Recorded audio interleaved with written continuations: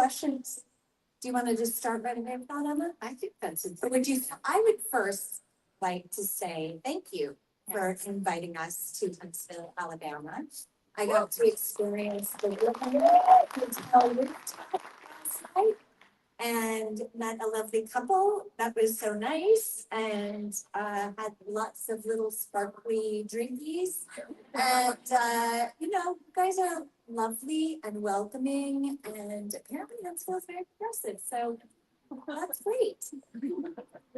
That's all I have to say about that. Thank you. Thank you for inviting us. Thank you for inviting. I love it. I love it because I get to spend time with people that I haven't seen in a long time. And I love to travel in general.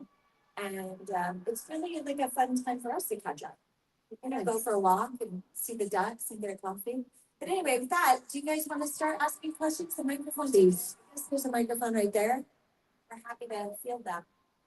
Please line up and ask us questions. Awesome. I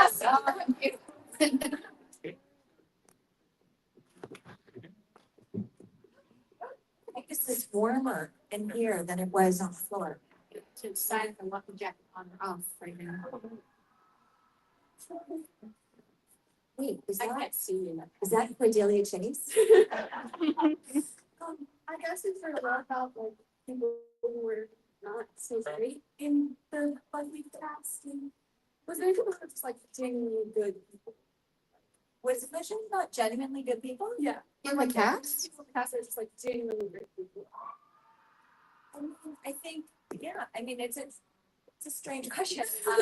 I think people are people and have good days and bad days, and we're working a lot of hours, and we're on a little show that ended up exploding and being very popular, and all that comes with a bunch of stuff. And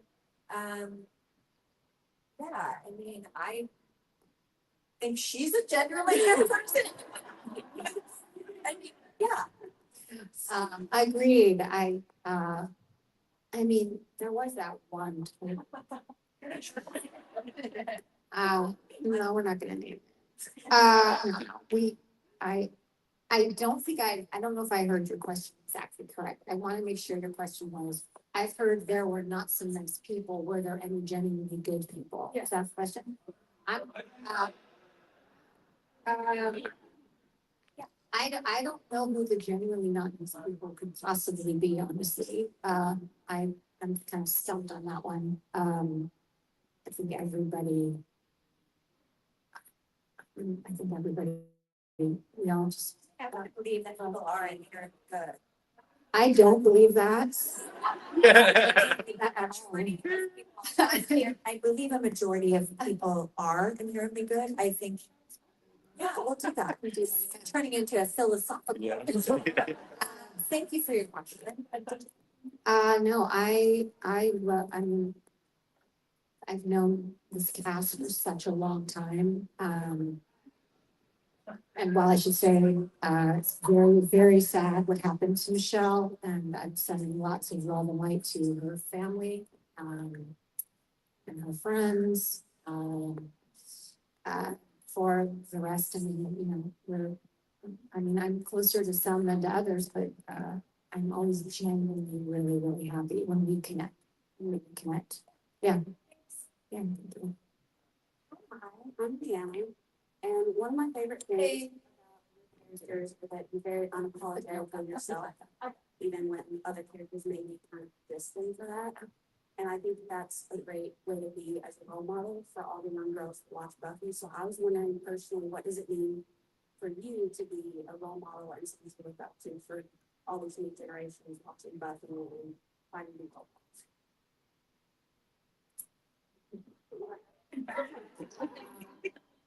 Sure. I'm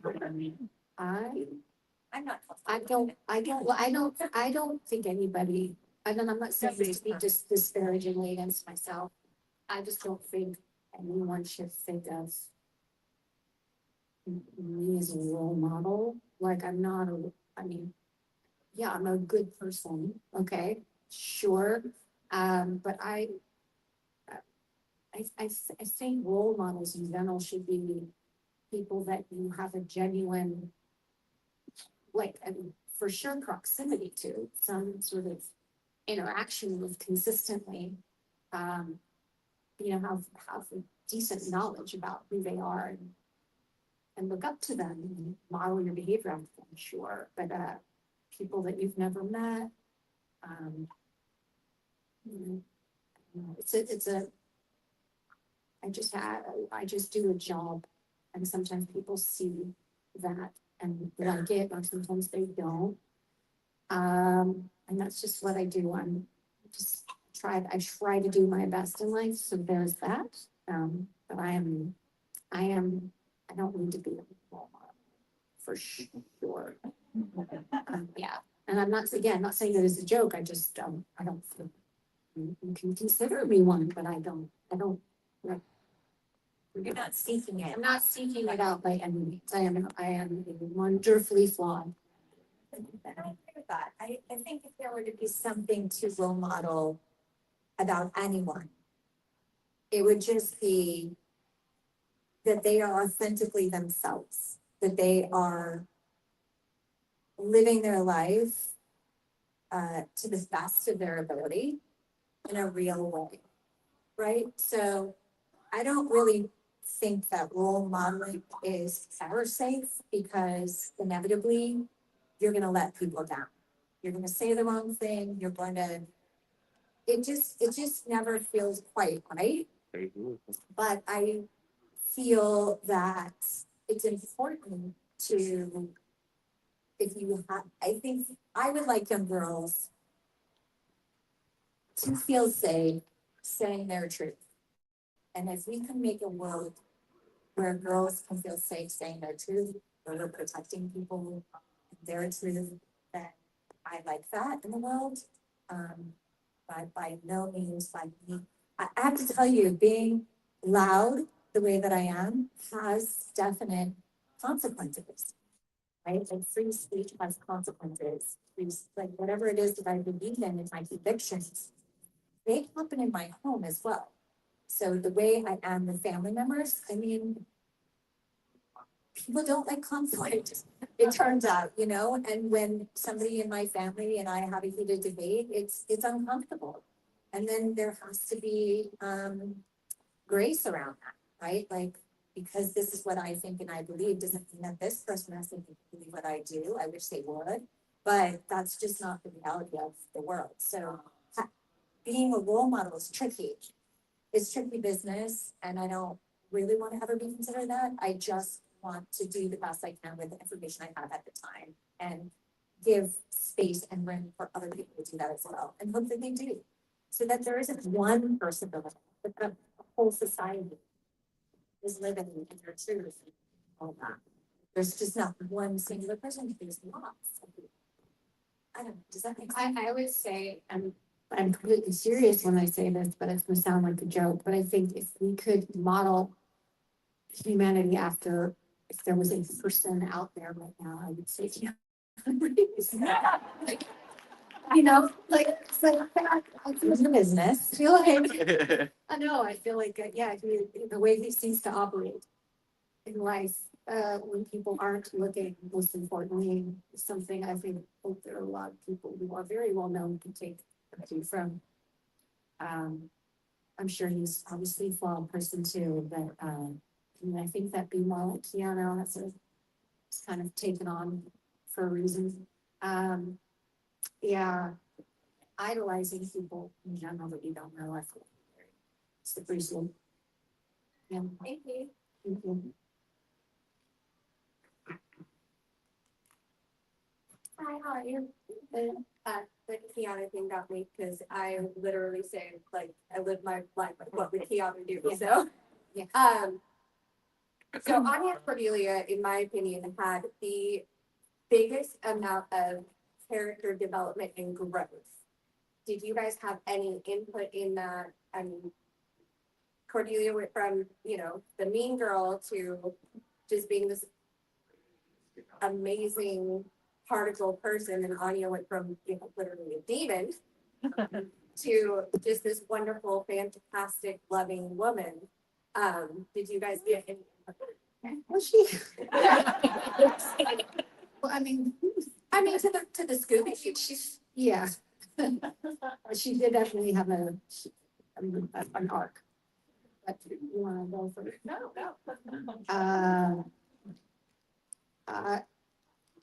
To your first question, I had no say in that development. That's just what was written. It was written very well. She was written very well. So there's that element, and yeah, she was always she was just an interesting human being. She was far from perfect. She definitely, like, good Google search on her, like, ooh, she had a tough, that's some stuff to overcome. Do we give her a second chance or third or fourth? I mean, I think she was given a lot of opportunity to try to get it right. And I think fundamentally she was a good person. And if someone asked me this the other day, and I couldn't remember, actually, if she actually was a demon in the end, and if this was a nice demon, like a evolved demon, or if she actually died demon. I did not have, somebody I'm sure here knows that, but she did have an evolution, and I credit the writing for that. Luckily for me. So question, Sam? Did you have any input, or was there, anything from yourself that you put into Cordelia's personal growth? Oh, well, I don't know who came first for me. I mean, it got to, after 10 years of playing this role, I know that she was written a particular way. And then there's this synergy that happens between writers and actors, where while they're writing, they can hear the voices as they're writing. So I think there's like an amalgamation of ideas that come along. And I remember being on set on Angel once, and I told a joke and like nobody laughed, and like nobody gets my humor. And then Greenwald and different people were like, no, no, you are funny, we get your humor. And that sort of experience, I think, kind of led to color and filter and be woven into the character of Cordelia. I think there are aspects of me that they work from and input into her dialogue. So, and then by that time, I've been in those shoes for so long that it's just so easy to do that. I did not have input, like have a meeting with the producers and say, I would like for you to make me nice. Like, that just is, like she said, the writers dictate all of that. And honestly, I wouldn't have known to do that. I mean, and obviously season 4, I had no input. So had I had that kind of power, that would have never happened at all. So thank you. I will say, sorry, I didn't quite get that one color of your question, but there, to her point, there is a synergy that happens, and Anya was a one and done initially, so there wasn't this grand plan for her Bible or anything, and then I think yes, I mean, my take on her or my humor maybe or whatever, definitely featured into her for sure. I heard a rumor, I don't know if this is true, that our boss thought that I was really, really in the money, so they made Anya like a greedy capitalist, which I thought was so odd.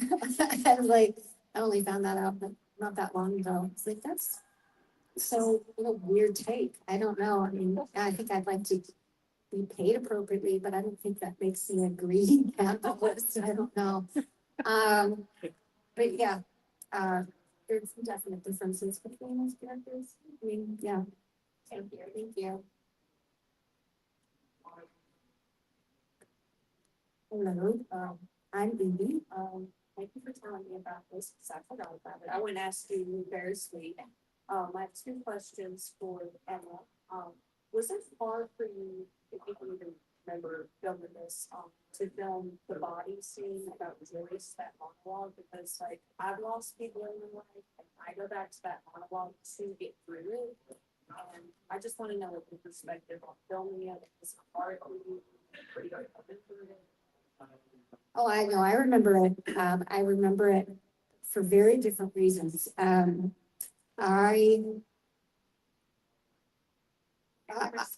I, that's good. Spoilers, spoiler alert. It was a long day. It was one of those episodes that was very, everyone was in a space for it because it's a tough episode to shoot. On half of which, because we all love, oh my Joyce, thank you, so much. I had to really go to the bathroom. I was desperate to go to the bathroom and I couldn't. Joss didn't want to cut until he had this very sort of specific kind of emotion, like a tear. You really want to, we do it again, I would cry more, do it again, cry less, do it again, don't cry at all, do it again, like there's a lot of takes. And we were in lunch, we were in meal penalty, which you don't want, especially when crew, everyone's really hungry. I'm like, I don't know what I'm supposed to do. I was very frustrated. Like that frustration was really directed solely present time at him and at everything in the room. Like, I don't understand what you want. Like, why is this not enough? Like, why, and I got like a tear on one eye. He's like, great, that's it. And that was it. And so when people ask, like, what was I going through? And I'm like, I swear to God, the only thing I was going through was pain, like physical bladder pain, and the frustration that I was causing everybody to miss lunch and causing money. Like, it's very expensive when that happens. Sounds like a Kubrick experience. No, I mean, it was wonderful. It got a really great performance. So I don't begrudge, but I feel like being honest with people. But and at that time, there was nothing for me to emotionally draw on. I hadn't lost anybody. Now that would be a very different emotional experience for me to try to do, having lost my father and my sisters. So that, and having lost a lot of people I know who have died, whatever, specifically a familial loss, that would be very different than the shoot. That's 27 or 8. I mean, I had nothing to go on. So, maybe he knew that. I don't know. Whatever else has been said, I will say that he got a very, very good performance out of me that day. So, and it resonates with so many people. So It does help me, through some very dark times, so I appreciate it. I'm glad it's helped you. I really do. I love the show so much because it made me be the woman that I want to be, proud of who I am. And I just love y'all for that. I just have one more question. Are you scared of bugs? My mom told me not to ask that. But No, I'm not. I think they're very sweet. And I watch them outside my window often. I have a whole wildlife family of rabbits, wild hares that I feed them. Yeah, I'm like, oh, I'm gonna be twitching. I don't know if I can be on Twitch, but if you are, I'm gonna be on it very soon. And someone said we should put a live camera for rabbits on that, and I might I might just do that. Like, it's just watch me watch them. I watch it. And Big for those who Twitch, bits. So yeah. Thank you. How are we doing on time? Yeah, I'll leave that. What is plenty of time? 1 minute, sorry. So I'm sure you guys work probably at 14, 15, 16-hour days, but was it kind of and I'm sure everyone to do their best takes all the time, but was it kind of a badge of honor to get into the blooper reel, or were you all hurting back? Oh, I'm like, I think I am the blooper reel. I think, yeah, I mean, no one wants to be, but it happens, and I would say that sometimes my blooper reel is directly related to me just not being able to keep a straight face. Like, there's so many cast members, everybody's really very funny. So getting through some of that was challenging for me. I think I'm better at it now, but back then, I can't, I'm done, I'm sorry. Yeah. I guess I'm happy. I remember seeing a blooper reel. I'm not in them very much, which is crazy because I certainly deserve to be. Not in the, just because I flubbed a lot. But I remember one blooper reel I was in and I didn't realize that we were going to roll right away and I just put an Altoid in my mouth. And they're like, oh, we're gonna roll. And I'm like, oh, shit. So I'm like chomping on this Altoid. And I saw that and I was like, wow, that does not hold up. That's what I look like. And sometimes I'll chew gum and I'll be talking and I'll see things and I'm like, what? I'm like a cow. What is going on? So it's not fun being in the blooper reel, but it's definitely a mirror. One should, like, I don't know if you guys have ever had that happen to you, where people have filmed you and you're like, wow, that's what I do. That's what I look like when, that's the way I stand. So it's fine. It's fun. I mean, I like being in the blooper reel. It's an affectionate thing, I would hope. Except for that one time it looked like I was chewing cud.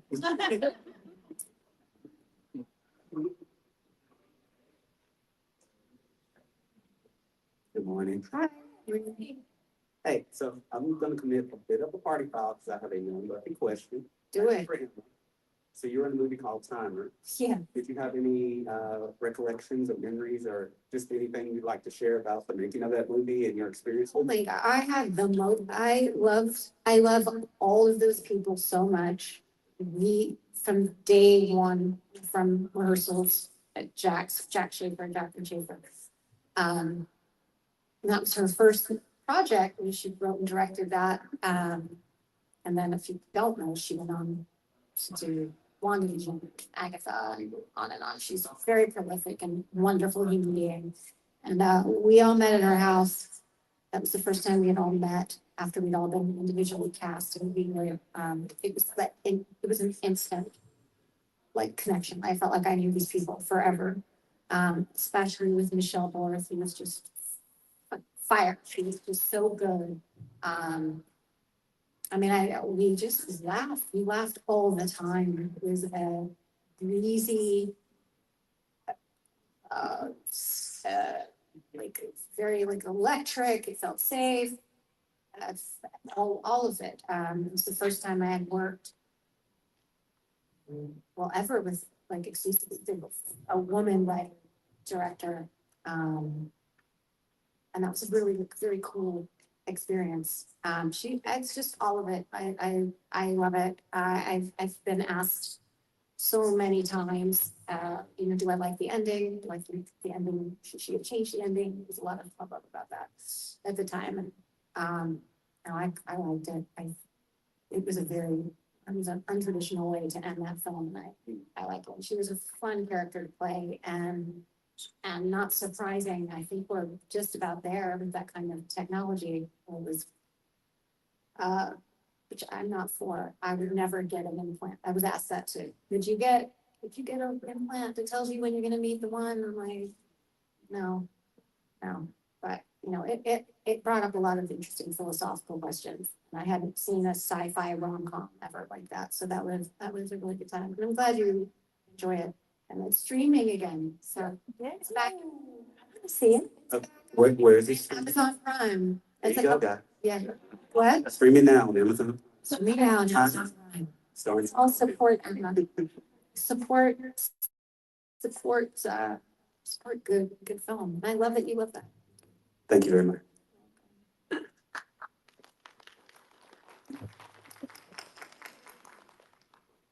Hi, ladies. This question is for Charisma. No offense to Emma, I don't want to box you out. Not but taken. I'm not imagining enough to come up with a question that kind of incorporates both of you. You spent a significant time on both shows, Buffy and Angel. I'm just curious if there, in either the product or the experience, there's one that you wound up preferring. what about product? In either the product, like the end product, or the experience, you find yourself preferring. Oh, well, I have to say I preferred being on Angel just because there was more me. And more to do, and she was more fleshed out. And the show was so ambitious in that there was comedy, drama, special effects, fighting.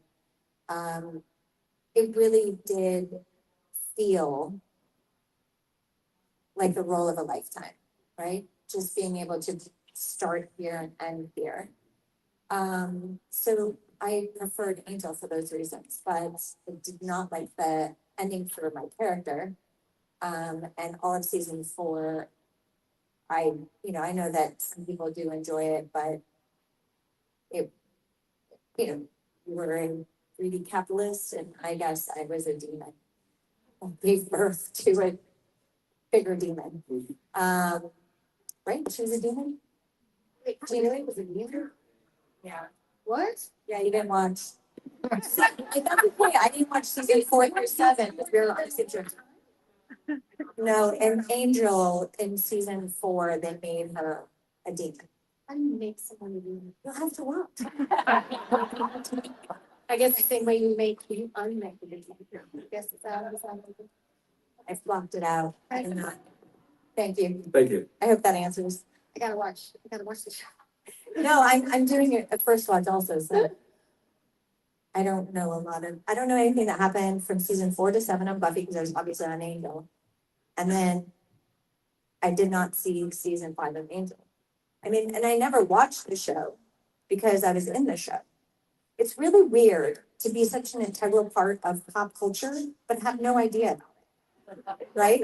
Like, I don't know what was happening before I was on Buffy. Like, I knew, or during the time, but like Friends was a very big part of my life. And then I got busy on the show and I am pulled out of it. I didn't get to have that experience. You're just like eat, sleep, work. So it's a weird thing, reality. Yeah, I'm going to. Hi. Favorite episode that you were in? I know, on Buffy, my favorite episode is Hush, and I don't know if your characters were in that episode, but do you have a favorite episode that you were in that was fun to play? Like, did you have fun on What's More with Feeling? Was that, fun experience, or did you hate it? Wait, let me see if I understand what you're saying. Hush is your favorite episode, but you're not sure if we were in it. Then I really, really was not on my game for that episode. Like, you were in that? No, I was. It's so funny. I'm just messing with you, honestly. It's a joke. Let's see,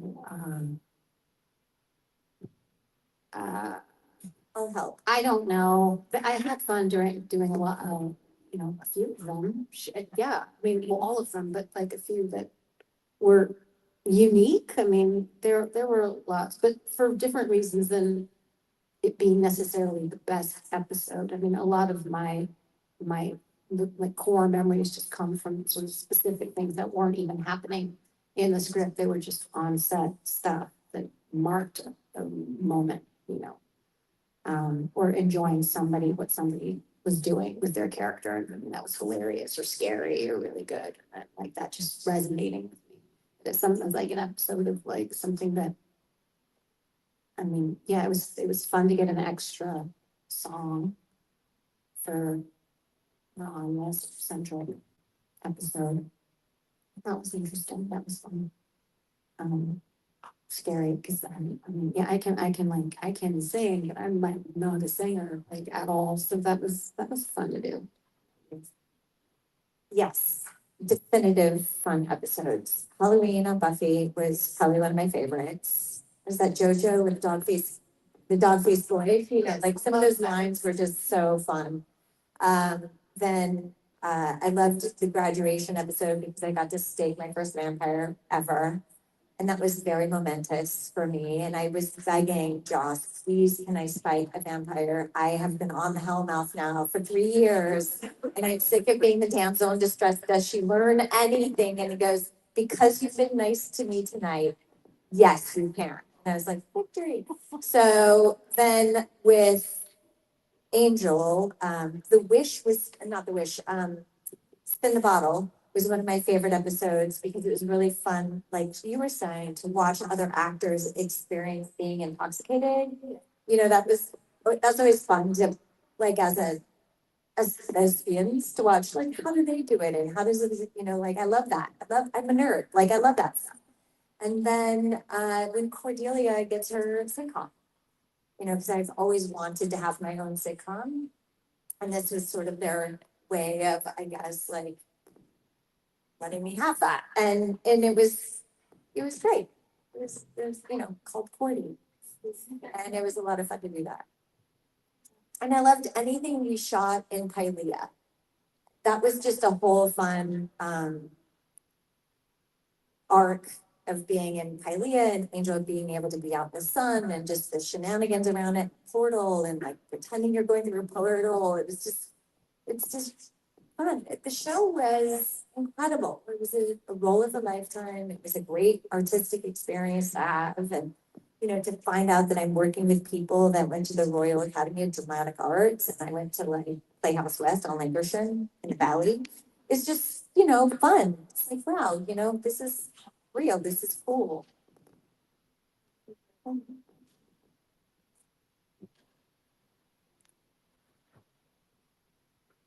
Hello.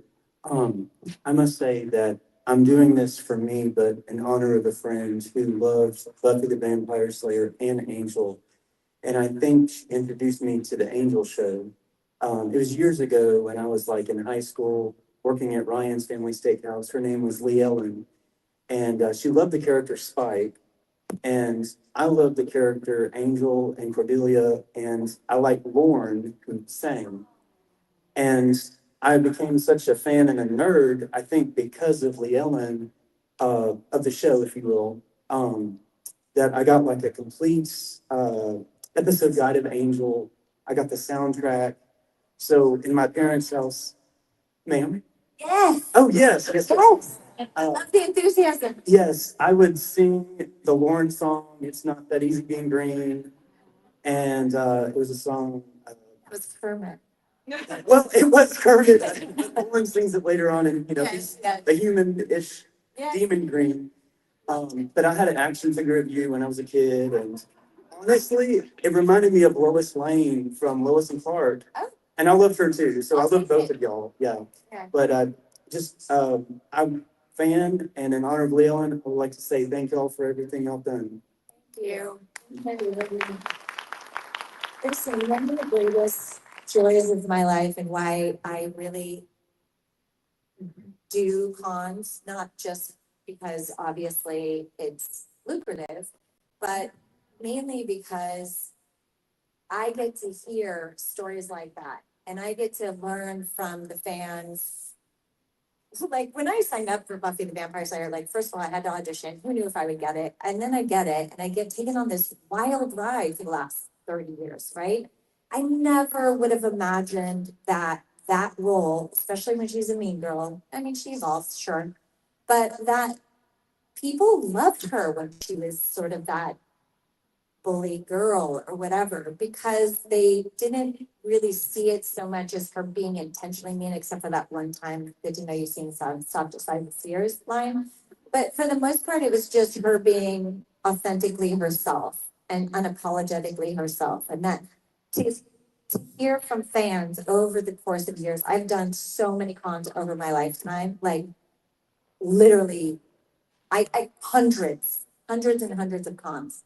And it never fails to resonate with me how the show has been there for other people, how characters have championed them at difficult times in their lives, how just this little show, this little with a funny title, with a singing frog with a top hat and cane on this little would-be network, that I would still be sitting here talking to anyone about the show. So it is so humbling, and I'm so grateful. And I take it your friend just passed away. So she lives on through this show for you, because you bonded over this show, right? Like that touches me. That's amazing. Like this is such a gift, and I know you feel this way as well. No. She does. I just wanted to say thank you. It's not lost on me, and she lives on. Well, one of my favorite conceits about the show was the school librarian hanging out with the high school kids. And like every once in a while, a student would come in to actually use the library and they'd look at him like, what are you doing here? Do you have any interesting anecdotes involving Giles and your interaction in acting and so forth? I love that man so much. I mean, genuinely, in a parallel universe, or parallel Buffy, I think Anya would have absolutely been trying to get Daddy. He was just so, he was just so stinky. I love him. We're friends. I love his children. I mean, you know, his daughter Daisy was one of the first people to hold my little girl. Like, you're just a phenomenal family, phenomenally talented. When Anya and Giles were sort of like together or whatever, I mean, we had to kiss and it was hilarious. We're like, what's happening? And then with all the rabbits and the magic shop, I mean, honestly, that was like, it seared into my memory. It was fun. And he gave the best, do you ever give you, I forget, they were called, there was a specific type of like, massage, like a massage. Touch. He does therapies on animals with his wife, Carpenter. I think they're married. I mean, I don't know. they're together for decades. Yeah. Yeah, he'd do these like stress reliever massages. I need to tell my story, hurry up. And the end. Okay. Are you done? Yes, you done. I'm done. I'm done. No, I'm so done. Do you remember him ever, like, in the trailers, we would have bugs and ants and stuff, and I remember just really being affected, like a swarm of ants. And he would say, just ask them to leave. And I'm like, what? He's very hippie. He's super hippie, super into, everything has a soul and energy and all of that. When I first met him, he rolled in with like an earring, like a dangly earring, a white shirt, and elastic waisted pants that had also like jeggings, but they weren't jeans, and they were striped and high top Converse. And I'm like, how old is this man?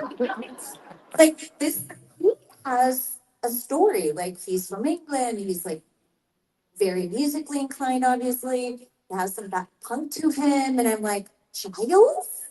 Like it was my first awakening to you are not your character. I was so naive going into it. It's literally my second job ever being on Buffy. So it was very fascinating, and that's my Giles anecdote. Would you like to add more? I'm just to say, step on your speaking background, because the way, you know, when you get into the separate from just, you know, hi, I'm person, hi, I'm a hi, you know, people. And then we go into this zone where we're not those people anymore. In the zone that I got to know Tony was as Giles, and so we're like these younger people, right? He's the authority, he's the adult. But we were all in our twenties, we were all adults, and I He think wasn't he, in his homes. no, he wasn't, but he was like 40. I mean, I don't even, he wasn't old. Do you know what I mean? But like, so I'm not old, damn it. no, but like, no, the idea that like, oh, it's an authority figure with these high schoolers, it's like, that's so funny. You know, when I think about like, oh, I don't even know what I'm saying. I'm saying that, he was always very useful and also young. So I look back on that thinking at the time, being like, well, he is older, you know, and I'm like, oh, he really wasn't at all. I mean, I'm sure there were plenty of actresses who had husbands who were older than him, you know, who were my age at the time, you know, it wasn't like that. But yeah, he's amazing. So hopefully that gave you, Thank you very much. I don't know what point I made, honestly, but yeah, that's happening. That's all I can say. Thank you all for joining. Thank you.